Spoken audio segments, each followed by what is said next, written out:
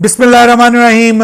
अस्सलाम वालेकुम नाजरीन, मैं हूं बाबर हयात और आप देख रहे हैं 24/7 उर्दू न्यूज़ पर बाबर हयात शो। नाजरीन, पाकिस्तान का आज मैच होने जा रहा है यूएई के साथ। ये कॉन्टेक्स्ट ऑफ द टूर्नामेंट में तो कोई इतना इंपॉर्टेंट मैच नहीं है, यानी ट्राई सीरीज़ के फाइनल में ऑलरेडी जो दो टीमें पहुंचनी हैं वो कंफर्म हो गई हैं। पाकिस्तान और अफ़गानिस्तान के दरमियान 7 सितंबर को इस टूर्नामेंट का फाइनल खेला जाएगा। लेकिन उसके बावजूद ये मैच पाकिस्तान के लिए बहुत इंपॉर्टेंट है, इसलिए कि पाकिस्तान के पास एक मौका है कि पाकिस्तान इसमें अपनी जो कॉम्बिनेशन है उसकी जो खामियां हैं उनको इम्प्रूव करे और अपनी टीम में उन प्लेयर्स को लेके आए कि जिसकी वजह से जो झोल इस वक्त हमें नज़र आ रहा है बॉलिंग में भी और बैटिंग में भी, वो झोल दूर हो सके और जो कंडीशंस हैं उनके मुताबिक एक विनिंग कॉम्बिनेशन बनाया जा सके। एशिया कप से पहले अब आपके पास सिर्फ 2 मैचेस बाकी रह गए हैं, एक ये मैच है और एक उसके बाद फाइनल है। और फाइनल में आप कोई एक्सपेरिमेंटेशन कर नहीं सकते, उसमें आपने अपनी बेस्ट 11 खिलानी है। लेकिन अभी तक आपकी बेस्ट 11 कौन सी है?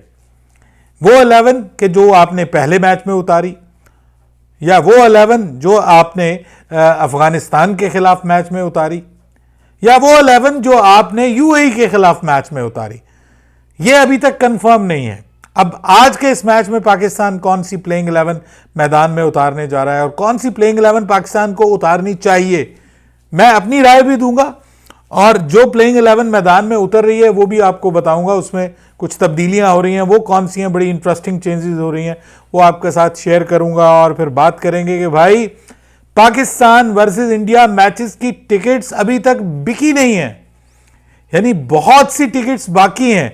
जबकि ऐसा वक्त भी होता था कि पाकिस्तान और इंडिया मैचेस की जो टिकट्स थी वो 2 मिनट, 3 मिनट, 5 मिनट, 1 घंटा, 2 घंटे मैक्सिमम इतने में बिक जाया करती थी। और कहते थे कि जो है वो क्रिकेट फैंस ने इसके ऊपर हल्ला बोल दिया है और खिड़की तोड़ रश है और ये और इस किस्म की टर्म्स इस्तेमाल की जाती थी न्यूज़ में, ख़बरों में।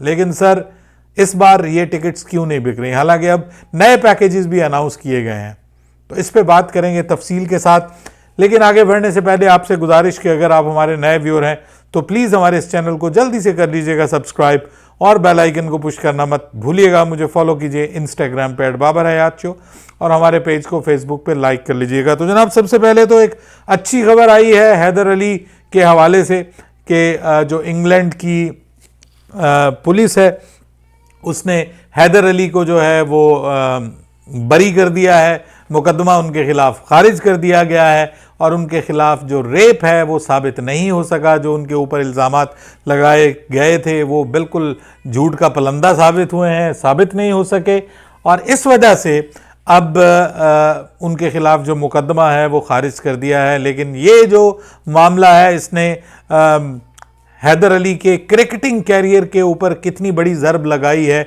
ये आने वाला वक्त ही हमें बता पाएगा, क्योंकि लास्टली जब वो इस मुकदमे में फंसे और अचानक पाकिस्तान के क्रिकेट फैंस हैरान रह गए तो उस वक्त वो खासा अच्छा खेल रहे थे और उन्होंने इंग्लैंड में जो ए टीम थी पाकिस्तान की उसकी तरफ से अच्छा परफॉर्म किया था।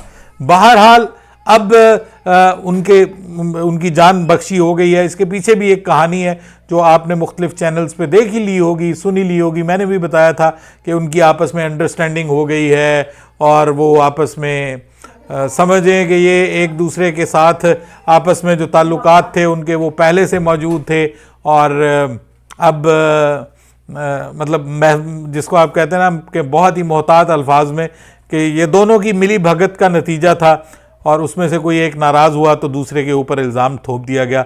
लेकिन ये बहरहाल कसूर मैं समझता हूँ कि इसमें हमारे हैदर अली साहब का है कि उनको वैसे ही क्रिकेट में मौका नहीं मिल रहा, स्ट्रगल भी कर रहे हैं। ऐसी सूरत में जब आप अपने ऊपर इस किस्म के की कालक थोप लेते हैं ना तो फिर उसके बाद आपके लिए चीज़ें मज़ीद मुश्किल हो सकती हैं। बहरहाल पाकिस्तान का आज मुकाबला होने जा रहा है जी, लेकिन उससे पहले एक बड़ी खबर आ रही है और वो बड़ी खबर बनाई जा रही है और वो ये है कि हारिस को बाहर कर दिया जाए और उनकी जगह बाबर आजम को टीम का हिस्सा बनाया जाए। ये बहुत से लोग ये कल से ये बात कर रहे हैं कि जी ऐसा होना चाहिए। देखिए, हारिस की निस्बत तो बाबर आजम बहुत बेहतर चॉइस है। इस वक्त मोहम्मद हारिस जो क्रिकेट खेल रहे हैं, ये नहीं पता कि आज के इस मैच में वो चल जाएं और हम सब गलत साबित हो जाएं, लेकिन जो करंटली जिस किस्म की वो क्रिकेट खेल रहा है ना भाई, वो मेरी समझ से तो बालातर है। उसको समझ ही नहीं आ पा रही कि वो उसने किस किस्म की शॉट्स खेलनी है, और कहीं मतलब वो विकेट को थ्रो कर रहा है, कोई क्रिकेटिंग सेंस नज़र नहीं आ रही उसमें। कोई जिसको आप कहते हैं ना कि जो क्रिकेट की ABC भी जिस बंदे को समझ आती है ना, वो भी उससे बेहतर समझ लेगा। वो एक इंटरनेशनल प्लेयर है, डोमेस्टिक का बेशुमार तजुर्बा है, अब टीमों की कप्तानी कर चुका है। मतलब इसके बावजूद अगर आप इस लेवल की इस तरह की क्रिकेट खेल रहे हैं तो फिर आपसे तो बहुत बेहतर है, 100 गुना बेहतर है बाबर आजम। अगर उसको शामिल करने का मुतालबा किया जा रहा है और इसके ऊपर बात हो रही है तो इसमें कोई मुज़ायका नहीं है कि भाई अगर वो नहीं चल रहा तो फिर आप जो है वो साहबजादा फरहान जो है उनसे करवाइए, उनसे जो है वो उनके ज़िम्मे लगा दीजिए कि भाई तुम विकेट कीपिंग कर लो, और इस साहब को जो है वो बाय बाय टाटा करें और बाबर आजम को ले आए। लेकिन बाबर आजम किस नंबर पे आके खेलेंगे, सवाल ये बनता है, बाबर आजम किस नंबर पे आगे खेलेंगे? नंबर 3 पे अगर बाबर आजम आगे खेलेंगे, मिसाल दे रहा हूं आपको, ओपनिंग पे तो नहीं मुझे लगता कि बाबर आजम आके खेलेंगे, नंबर 3 पे अगर आके खेलेंगे तो फिर फ़खर जमान कहाँ जाएंगे? ठीक है, फ़खर जमान चले जाएंगे 4 नंबर पे, 5 नंबर के ऊपर आपके आ जाएंगे जो है वो आगा सलमान, 6ठे नंबर पे आपके चले जाएंगे, 6ठे नंबर पे 5वें नंबर पे आगा सलमान, 6ठे नंबर पे हसन नवाज, 7वें नंबर पे आपके फिर मैच विनर मोहम्मद नवाज चले जाएंगे, और 8वें नंबर के ऊपर फिर आपको मतलब आपकी टीम कैसे बनेगी? मैं तो हैरान हूं, फिर आप किस तरह की टीम खिलाओगे? आपकी प्लेइंग 11 ही नहीं बनती, आपको किसी एक को बिठाना पड़ेगा मौजूदा कॉम्बिनेशन में बाबर आजम को फिट इन करने के लिए। बाबर आजम की टीम में जगह तो बनती है, लेकिन सिर्फ एक सूरत में बन सकती थी कि अगर फ़खर जमान अनफिट हो जाते। अभी तक फ़खर जमान की फिटनेस जो है उसके हवाले से कोई बहुत बड़े सवालिया निशानात नज़र नहीं आ रहे। वो अच्छा खेल रहा है या नहीं खेल रहा वो अलग मामला है, लेकिन वो ठीक नज़र आ रहा है, प्रॉपर नज़र आ रहा है, फील्डिंग में भी फील्ड करते हुए दिखाई दे रहा है। बीच बीच में उसको बाहर भी भिजवाते हैं, इसका मतलब यह है कि अभी भी एहतियात की जा रही है टीम मैनेजमेंट की तरफ से। लेकिन बाबर आजम टीम में आ तो जाएंगे तो फिर खेलेंगे कैसे? फिर आपको या तो साहबजादा फरहान को बाहर करना पड़ेगा या साइम अयूब को बाहर करना पड़ेगा, तो उस सूरत में आ सकता है। तो बाबर आजम को क्या आप एक बैकअप के तौर पे फिर शामिल करेंगे? क्या बाबर आजम के फैन ये पसंद करेंगे कि बाबर आजम को एक सेकंड ओपनर के तौर पे या सेकंड वन डाउन ऑप्शन के तौर पे टीम का हिस्सा बनाया जाए? और अगर हमारे जो मेन ओपनर इस वक्त खेल रहे हैं वो नाकाम होते हैं, उनमें से कोई एक नाकाम होता है, तो हम एशिया कप में उनको शामिल कर लें। तो मेरे ख्याल में बाबर आजम इस लेवल का क्रिकेटर नहीं है, और ना ही उसके क्रिकेट फैंस ये चाहेंगे कि कप्तान के साथ इस किस्म का बेइज्जती वाला मामला किया जाए। फिर वो आपको पता है कि तनवीर हमारे जो तनवीर अहमद जैसे प्लेयर्स हैं वो फिर मशवरे देने शुरू कर देते हैं कि बाबर और रिजवान तुम दोनों को रिटायरमेंट ले लेनी चाहिए इंटरनेशनल क्रिकेट से, जहाँ तुम्हारी इज्जत नहीं है वहाँ पे तुम्हें क्रिकेट नहीं खेलनी चाहिए। फिर इस किस्म के मशवरे आना शुरू हो जाते हैं। बाबर इस वक्त नंबर 21 पे है रैंकिंग में T20 में। वो बाबर के जो नंबर 1 हुआ करता था और कितने 19 महीने ऑलमोस्ट नंबर 1 रहा वो T20 क्रिकेट के ऊपर, वो बाबर इस वक्त 21 पे चला गया। रिजवान जो नंबर 2 पे खेल रहा था एक वक्त में, वो नंबर 22 पे चला गया। अगर आप कोई जो ऑप्शन मैं समझता हूं तो वो तो अगर टेक्निकली आप देखें तो वो मोहम्मद रिजवान की बनती है कि मोहम्मद हारिस को बिठाइए, मोहम्मद रिजवान को ले आइए, मोहम्मद रिजवान से कहिए कि आप नंबर 5-6 पे आपने खेलना है, और वो स्पिनर्स के अगेंस्ट अच्छा है। प्रॉब्लम यह है कि पाकिस्तान की टीम इस वक्त स्पिनर्स के अगेंस्ट स्ट्रगल कर रही है, तो स्पिनर्स के अगेंस्ट तो without any doubt Mohammad Rizwan बहुत अच्छा है। उसको स्पिनर्स के अगेंस्ट स्वीप भी मारनी आती है, बाहर कदमों का इस्तेमाल भी करना आता है, वो सिंगल डबल भी कर लेता है स्पिनर्स के अगेंस्ट, इनिंग्स को आगे लेके चल सकता है। दरमियान में आके नीचे भी आके अगर वो उसको मौका मिले तो वो शायद वो भी, पहले आपको पता प्रॉब्लम होती थी कि रिजवान साहब कहते थे कि मैं नीचे आके नहीं खेलूंगा, बाबर कहते थे मेरे नंबर का मसला। अब हसन नवाज कहता है मुझे जिस मर्जी नंबर पे खिला लो, कप्तान कहता है मैं जिस मर्जी नंबर पे खेलूं या ना भी खेलूं, एंड में चला जाऊं, कोई मसला नहीं। मतलब यहाँ फ्लैक्सिबिलिटी है, तो ये फिर प्रॉब्लम बन जाएगा। मोहम्मद रिजवान वैसे एक चॉइस बनते हैं कि अगर मोहम्मद हारिस को आपने फारिग करना है तो फिर उसकी जगह तो फिर मोहम्मद रिजवान की जगह बनती है। बाबर आजम वैसे भी आजकल आपको पता है स्पिनर्स के अगेंस्ट स्ट्रगल कर रहे हैं। अभी रिसेंटली जो मैच हुआ था पाकिस्तान, ये पेशावर ज़ल्मी वालों ने करवाया था पाकिस्तान में जो सैलाब जदगान की इमदाद के लिए, उसमें भी बाबर आजम सईद अजमल की बॉलिंग का शिकार हो गए थे। तो इससे अब आप अंदाज़ा लगा सकते हैं कि स्पिनर्स के अगेंस्ट बाबर आजम स्ट्रगल कर रहे हैं। और इन कंडीशंस में जहाँ पे अफगानिस्तान की टीम 4-4 स्पिनर्स के साथ मैदान में उतरेगी, इंडिया की टीम 3-3 स्पिनर्स के साथ मैदान में उतरेगी, तो वहां फिर बाबर आजम क्या करेंगे? वहां भी स्ट्रगल करेंगे। तो बहरहाल अभी पाकिस्तान क्रिकेट टीम जो मैनेजमेंट है ना सर, उन्होंने यही फैसला किया है। ये मैं आपको लेटेस्ट अपडेट यही दे रहा हूं। वो कह रहे हैं कि भी अगर हमारे इन प्लेयर्स में से किसी को हमने रेस्ट देना है ना या बेंच करना है, तो हमारे पास ऑलरेडी ऑप्शन मौजूद है। हम एक प्लेयर को पीछे करेंगे, आगे एंड में हम ले आएंगे, हुसैन तलत को शामिल कर लेंगे या खुशदिल शाह को शामिल कर लेंगे। हमारे पास काफ़ी ऑप्शंस मौजूद हैं, बॉलर्स की भी ऑप्शंस हैं, बैटिंग में भी ऑप्शंस हैं।